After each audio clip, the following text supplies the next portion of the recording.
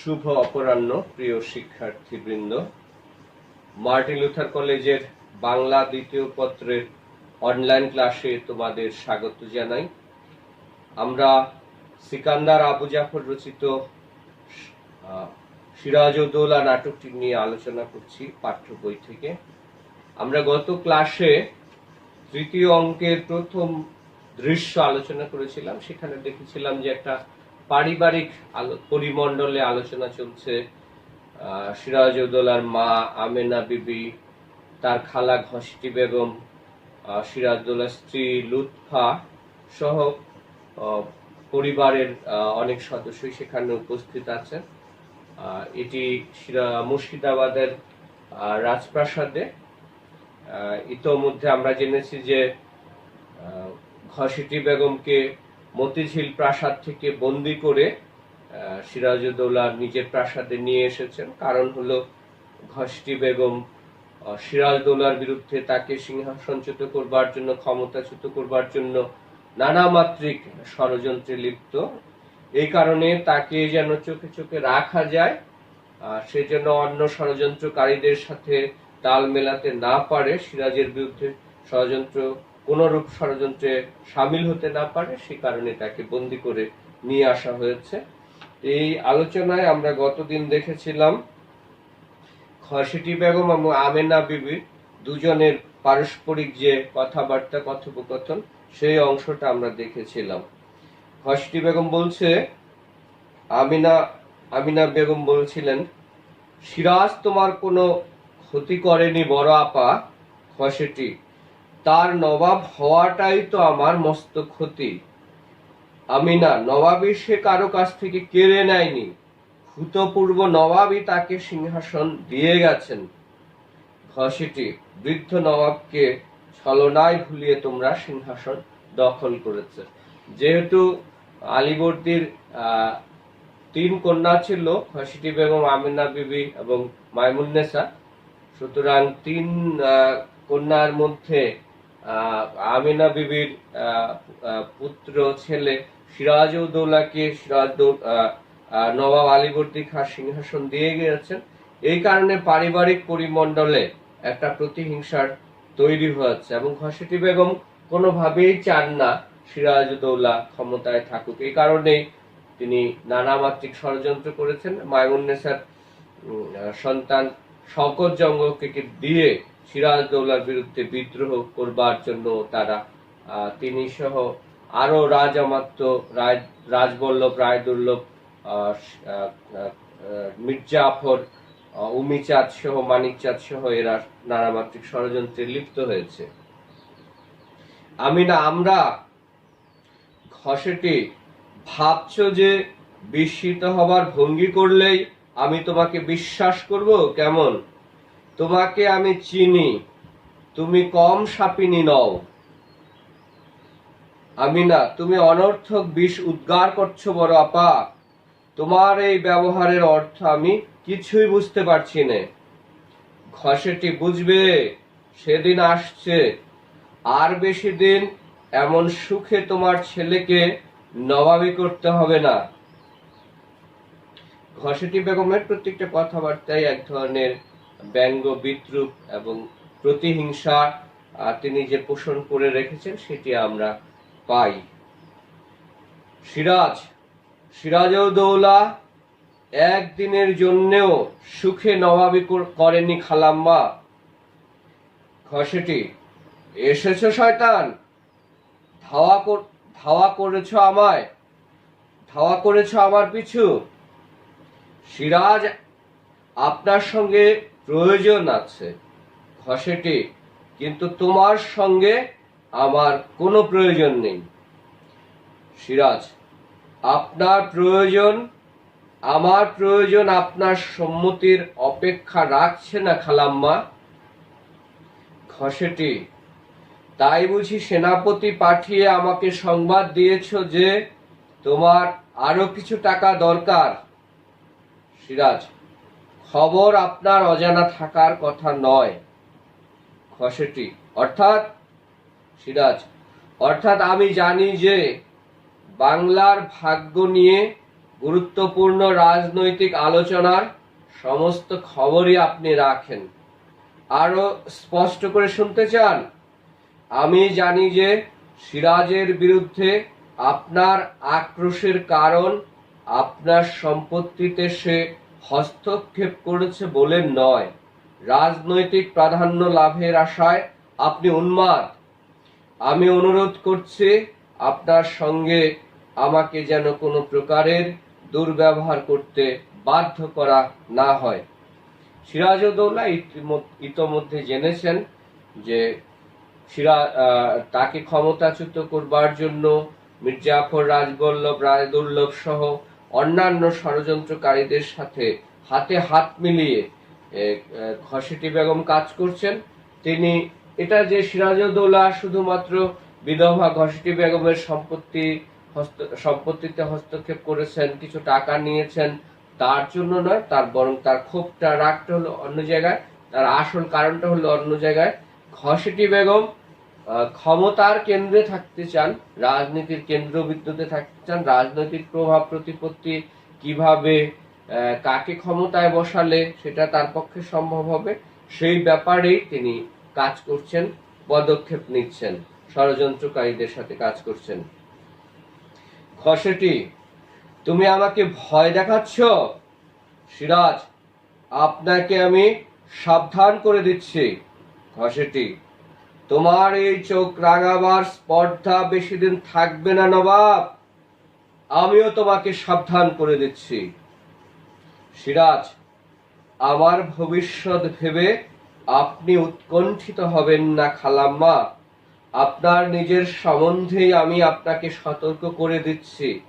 নবাবের মাতৃস্থানীয় হয়ে তার শত্রুদের সঙ্গে আপনার যোগাযোগ রাখা বাঞ্ছনীয় নয়। অন্তত আমি আপনাকে সে দুর্নামের হাত থেকে রক্ষা করতে চাই।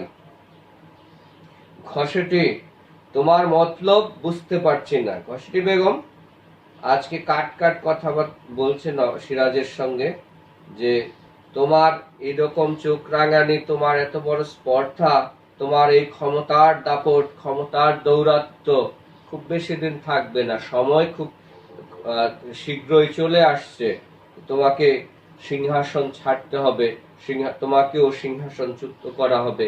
তুমি আজকে যে ক্ষমতার দাপট দেখাচ্ছ তার জবাব তোমাকে পেতেই হবে। তো সিরাজউদ্দৌলা তিনিও বলবার চেষ্টা করেছেন যে ঘসেটি বেগম আসলে তার কৃতকর্মের জন্য তাকে বন্দী করে আনা হয়েছে।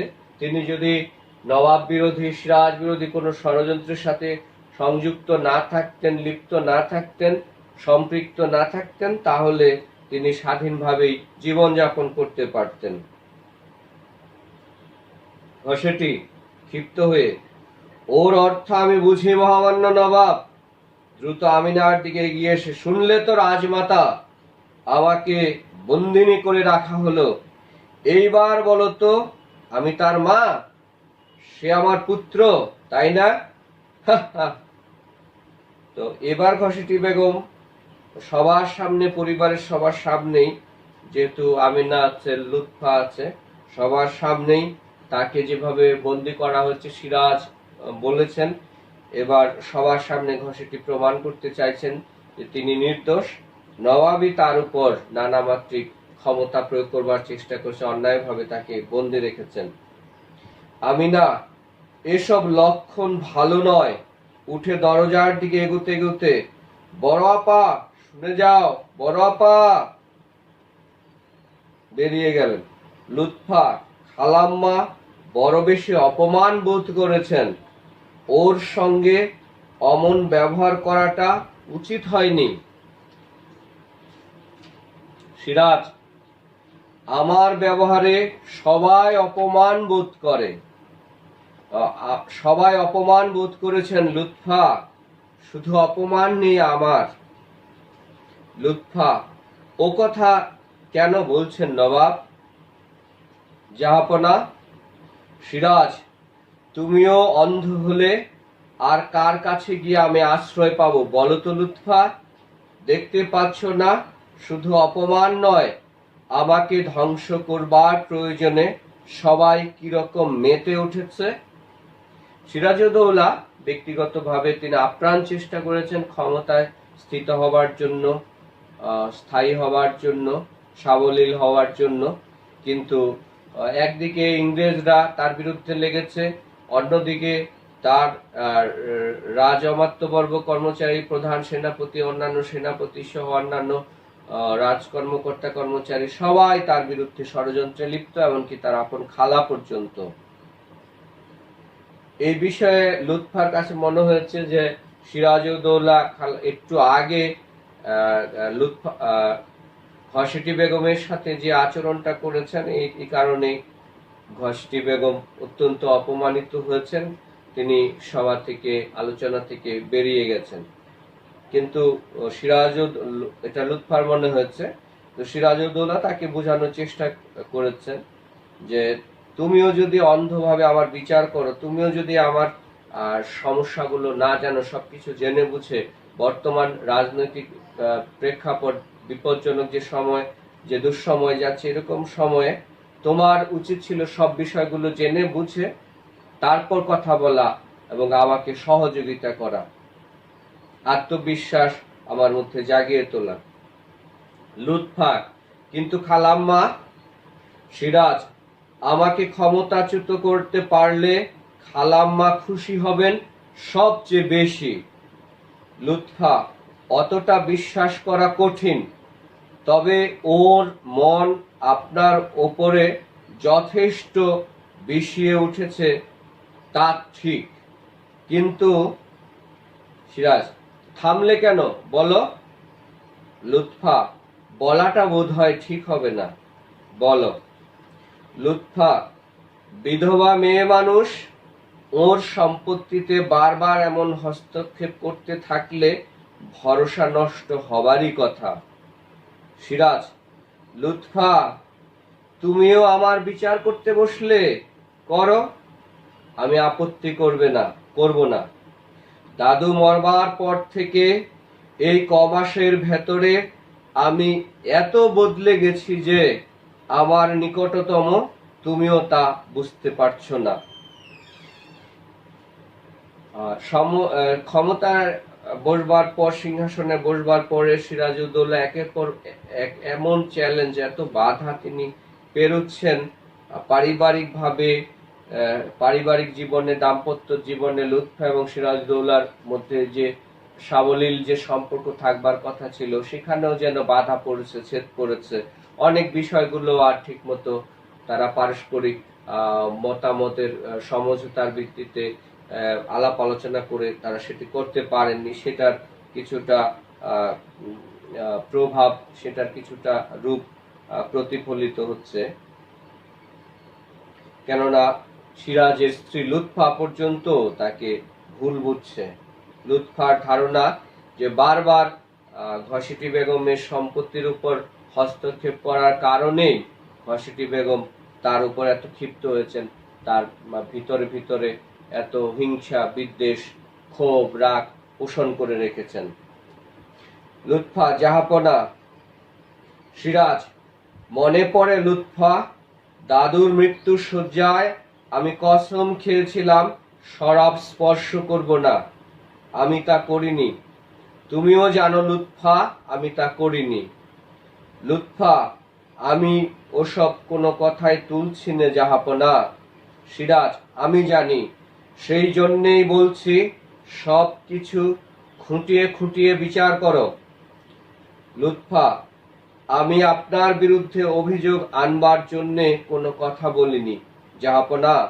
খালাম্মা রাগে প্রায় কাঁদতে কাঁদতে বেরিয়ে গেলেন, তাই। সিরাজ তাই তোমার মনে হলো ওর টাকা পয়সা হাত দিয়েছি বলেই উনি আমার ওপর অতখানি বিরক্ত হয়েছেন? কিন্তু তুমি জানো না কতখানি উৎসাহ নিয়ে উনি অজস্র অর্থ ব্যয় করেছেন শওকত জঙ্গের কামিয়াবির জন্যে।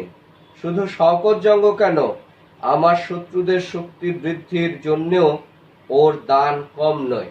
সিরাজউদ্দৌলা যে কথাগুলো বললেন খুবই সত্যি কথা। এটা যে ঘসেটি বেগমের সম্পত্তির উপর হস্তক্ষেপ করাতে এমনটি হয়েছে, তাকে মতিঝিল প্রাসাদ থেকে মুর্শিদাবাদের রাজপ্রাসাদে বন্দি করে আনা হয়েছে এজন্য যে তিনি ক্ষিপ্ত হয়েছেন সিরাজউদ্দৌলার প্রতি, তাও নয়। মূল কারণটা হলো যে তিনি রাজনৈতিক ক্ষমতার কেন্দ্রে থাকতে চান। এই কারণেই এই রাজনৈতিক ক্ষমতা লাভের লিপ্সা, লোভ তার মধ্যে প্রবলভাবে কাজ করেছে। এই জন্য মাইমুন্নেছার পুত্র শওকত জঙ্গকে দিয়ে সিরাজের বিরুদ্ধে তারা ইন্ধন দিয়ে বিদ্রোহ করিয়াছে, যদিও মোহনলালের নেতৃত্বে সেনা পাঠিয়ে সিরাজউদ্দৌলা সেটি দমন করতে সক্ষম হয়েছেন। তবুও তারা থেমে যায়নি, তারা নতুন করে আবার ইংরেজদের সঙ্গে হাত মেলাচ্ছে, নতুন করে ষড়যন্ত্রের নতুন চাল চালছে, গুটি চালছে। লুৎফা, আমি মাপ চাইছি জাহাপনা, আমার অন্যায় হয়েছে। সিরাজ, লুৎফা, এত দেয়াল কেন বলো তো? লুৎফা, দেয়াল? কোথায় দেয়াল জাহাপনা? সিরাজ, আমার চারপাশে লুৎফা, আমার সারা অস্তিত্ব জুড়ে কেবল দেয়ালের ভিড়। উজির, অমাত্য, সেনাপতিদের এবং আমার মাঝখানে দেয়াল, দেশের নিশ্চিত শাসন ব্যবস্থা এবং আমার মাঝখানে দেয়াল, খালাম্মা আর আমার মাঝখানে, আমার চিন্তার কাজের মাঝখানে, আমার স্বপ্ন আর বাস্তবের মাঝখানে, আমার অদৃষ্ট আর কল্যাণের মাঝখানে শুধু দেয়াল আর দেয়াল। সিরাজউদ্দৌলা প্রত্যেক মুহূর্তেই নানামাত্রিক বাধার সম্মুখীন হচ্ছেন, ভুল বোঝাবুঝির সম্মুখীন হচ্ছে। কাছের মানুষ যারা, প্রিয় মানুষ যারা, রাজকর্মকর্তা কর্মচারী সহ সব মানুষরা তাকে কারণে অকারণে ভুল বুঝছে। এই কারণে সিরাজউদ্দৌলার কাছে মনে হয়েছে একটা অদৃশ্য দেয়াল যেন তাকে সবার কাছ থেকে বিচ্ছিন্ন করে রাখছে, আলাদা করে রাখছে। লুৎফা, জাহাপনা, সিরাজ, আমি এর কোনোটি ডিঙিয়ে যাচ্ছে, কোনোটি ভেঙে ফেলছি, কিন্তু তবু তো দেয়ালের শেষ হচ্ছে না। লুৎফা, লুৎফা, আপনি ক্লান্ত হয়েছেন জাহাপনা। সিরাজউদ্দৌলা এই বাধা বিপত্তি, ভুল বোঝাবুঝি অবসানের জন্য আপ্রাণ চেষ্টা করে যাচ্ছেন। সিরাজ, মসনদে বসবার পর থেকে প্রতিটি মুহূর্ত যেন দুপায়ের 10 আঙ্গুলের ওপর ভর দিয়ে দাঁড়িয়ে আছি। ক্লান্তি আসাটা কিছু অস্বাভাবিক নয়, সমস্ত প্রাণ শক্তি যেন নিস্তেজ হয়ে পড়ছে। লুৎফা, ক্ষমতা তরুণ নবাব অল্প বয়সে ক্ষমতায় বসবার, সিংহাসনে বসবার পর থেকে একের পর এক ষড়যন্ত্র, বিদ্রোহ, ইংরেজদের ষড়যন্ত্র, ইংরেজদের সাথে নানামাত্রিক প্রাসাদ ষড়যন্ত্র, সিরাজউদ্দৌলা সবার সবকিছুর সাথে লড়াই করতে করতে হতাশাগ্রস্ত হয়ে পড়েছেন, ক্লান্ত হয়ে পড়েছেন। লুৎফা, সমস্ত দুশ্চিন্তা বাদ দিয়ে আমার কাছে 2-1 দিন বিশ্রাম করুন। সিরাজ, কবে যে দুদণ্ড বিশ্রাম পাবো তার ঠিক নেই, আবার তো যুদ্ধে যেতে হচ্ছে। লুৎফা, সে কি? সিরাজ, আমার বিরুদ্ধে কোম্পানির ইংরেজদের আয়োজন সম্পূর্ণ। আমি এগিয়ে গিয়ে বাধা না দিলে তারা সরাসরি রাজধানী আক্রমণ করবে। লুৎফা, ইংরেজদের সঙ্গে তো আপনার মিটমাট হয়ে গেল। সিরাজ, হ্যাঁ, আলীনগরের সন্ধি, কিন্তু সে সন্ধির মর্যাদা 1 মাস না যেতেই তারা ধুলোয় লুটিয়ে দিয়েছে। তো আবার একটা আসন্ন যুদ্ধের জন্য সিরাজউদ্দৌলাকে তৈরি থাকতে হচ্ছে, এই কারণেই যে তিনি ইতোমধ্যে জেনেছেন যে ইংরেজরা তার বিরুদ্ধে যুদ্ধ করবার জন্য অনেকটাই তৈরি হয়ে আছে। আর সিরাজউদ্দৌলা নিজে থেকে যদি বাধা না দেন তাহলে তারাই মুর্শিদাবাদ আক্রমণ করবে, সিরাজউদ্দৌলার যে রাজধানী সেটি আক্রমণ করবে। সুতরাং শত্রুকে সুযোগ দেওয়া যাবে না, প্রতিহত করতে হবে, প্রতিরোধ গড়ে তুলতে হবে। লুৎফা জানতে চাইলেন যে কিছুদিন আগেই কলকাতা অভিযানের পর ইংরেজদের সাথে সিরাজউদ্দৌলার একটা মিটমাট হয়ে গিয়েছিল, একটা চুক্তিও হয়ে গিয়েছিল, কিন্তু এরপরে ইংরেজরা আবার নতুন করে তার বিরুদ্ধে ষড়যন্ত্র করছে, যুদ্ধ করছে, এর মানেটা আসলে কি? লুৎফা, কজন বিদেশি বেনিয়ার এত স্পর্ধা কি করে সম্ভব? সিরাজ, ঘরের লোক অবিশ্বাসী হলে বাইরের লোকের পক্ষে সবই সম্ভব। লুৎফা, শুধু একটা জিনিস বুঝে উঠতে পারিনি, ধর্মের নামে ওয়াদা করে মানুষ তা খেলাপ করে কি করে? নিজের স্বার্থ কি এতই বড়? সিরাজউদ্দৌলার এই উক্তির মধ্য দিয়ে, কথার মধ্য দিয়ে আমরা বুঝতে পারছি চিরন্তন একটা সত্য কথা সত্যি বেরিয়ে আসছে, যে কাছের মানুষ, ঘরের মানুষ, আপন মানুষ যদি বিশ্বাসঘাতকতা করে, তাহলে শত্রুর বিরুদ্ধে লড়াই করাটা, টিকে থাকাটা, জয় ছিনিয়ে আনা খুবই কঠিন। এই কারণে বাংলা প্রবাদ আছে, ঘরের শত্রু বিভীষণ। তো লুৎফা, কেন প্রতিকার করতে পারেননি জাহাপনা? সিরাজ, পারিনি, চেয়েছি, চেষ্টা করেছি, কিন্তু শেষ পর্যন্ত ভরসা পাইনি। রাজবল্লভ জগৎ শেঠকে কয়েদ করলে, মীর জাফরকে ফাঁসি দিলে হয়তো প্রতিকার হতো, কিন্তু সেনাবাহিনী তা বরদাস্ত করতো কিনা কে জানে। থাক ওসব কথা লুৎফা, থাক ওসব কথা, আজ আপনি বিশ্রাম করুন। সিরাজউদ্দৌলা পথ একটা পেয়েছিলেন, কিন্তু সেই কাজটা অনেক কঠিন। তিনি সব বিদ্রোহ, সব ষড়যন্ত্রের অবসান ঘটাতে পারতেন যদি তিনি রাজবল্লভ, জগৎ শেঠ দুজনকে কয়েদ করলে, মীর জাফরকে ফাঁসি দিলে হয়তো প্রতিকার হতো, কিন্তু সেনাবাহিনী তা বরদাস্ত করতো কিনা কে জানে। এত বড় সিদ্ধান্ত, কঠিন সিদ্ধান্ত, চূড়ান্ত সিদ্ধান্ত নিলে সেনাবাহিনী তা মেনে নিত কিনা কে জানে। লুৎফা, থাক ওসব কথা, আপনি এখন বিশ্রাম করুন। সিরাজ, আর কাল সকালে এই দেশের পথে ঘাটে লোকের মুখে মুখে ছড়িয়ে পড়বে যুদ্ধের আয়োজন ফেলে রেখে হারেমের কয়েকশো বেগমের সঙ্গে নবাবের উদ্দাম রাসলীলার কাহিনী। লুৎফা, বেগম মহলে তো বেগমের সত্যি কোনো অভাব নেই। সিরাজ, ঠাট্টা করছো লুৎফা? তুমি তো জানোই মরহুম শওকত জংয়ের বিশাল হারেম বাধ্য হয়েই আমাকে প্রতিপালন করতে হচ্ছে। তো সিরাজউদ্দৌলা স্ত্রীর সাথে বিশ্রাম করবেন মহলে, আর এই যুদ্ধের এরকম দেশের দুর্দিনে এটি যদি হয়, তাহলে এই খবর ছড়িয়ে পড়বে কাল সকালেই যে সিরাজউদ্দৌলা তিনি যুদ্ধের ব্যবস্থা না করে, প্রস্তুতি না নিয়ে তিনি স্ত্রীর সাথে রাত্রি যাপন করছেন আনন্দে। তো এটি ভালো খবর নয়। তাছাড়া আরো একটি ঘটনা, যে শওকত জংকে হত্যা করবার পর, বিদ্রোহ দমন করবার পরে তার হারেমে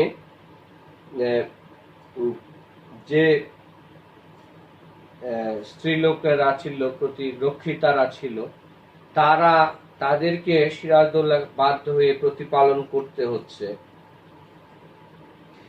লুৎফা, সে যাক, আজ আপনার বিশ্রাম, শুধু আমার কাছে থাকবেন আপনি, শুধু আমরা দুজন। সিরাজ, অনেক সময়ে সত্যি তা ভেবেছি লুৎফা, তোমার খুব কাছাকাছি বহুদিন আসতে পারিনি। আমাদের মাঝখানে একটি রাজত্বের দেয়াল, মাঝে মাঝে ভেবেছি এই বাধা যদি দূর হয়ে যেত, নিশ্চিত সাধারণ গৃহস্থের ছোট্ট সাজানো সংসার আমরা পেতাম। নবাবী জীবনে সুখ শান্তি তিনি সিরাজউদ্দৌলা তেমন কিছুই পাচ্ছেন না। তার দাম্পত্য জীবন, পারিবারিক জীবন নানাভাবে ব্যাহত হচ্ছে। সুতরাং এর চেয়ে সাধারণ মানুষরা নিশ্চিত ছোট্ট সংসার, ছোট ঘর, অভাব অনটন, দুঃখ দারিদ্র্যে যারা বাস করেন, তারাও সিরাজের চাইতে অনেক শান্তিতে, মানসিক প্রশান্তিতে রয়েছেন।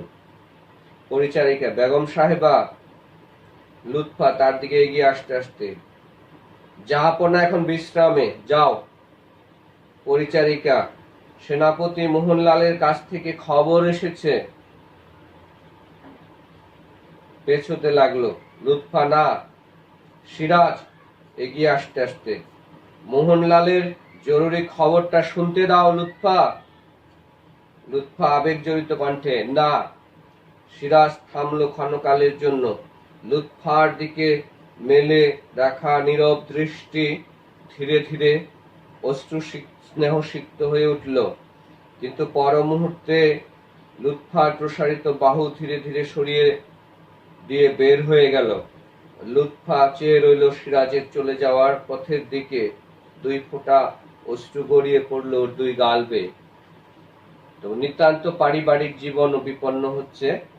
লুৎফা চেয়েছিলেন নবাব অনেক পরিশ্রান্ত, অনেক চিন্তিত, দেশের বিরাজমান অবস্থা নিয়ে তিনি ভীষণ চিন্তিত এই কারণে। কিন্তু মোহনলালের একটা জরুরি খবর এসেছে। এই খবরের পর নিঃসন্দেহে সিরাজের আর বসে থাকলে হবে না, কার্যকরী কোনো পদক্ষেপ তাকে নিতেই হবে। আর এইভাবেই দেখি আমরা এই দৃশ্যে সিরাজদৌল্লা তার মা, পরিবারের সদস্যদের পারস্পরিক কথোপকথনের মধ্য দিয়ে আমরা দেখি যে ষড়যন্ত্র কতটা দানা বেঁধেছে, কতটা প্রসারিত হয়েছে। তো আমরা পরবর্তী দৃশ্য আমরা আলোচনা করব পরের ক্লাসে। তোমরা বাসায় ভালো মতো নিয়মিত পড়াশোনা করবে।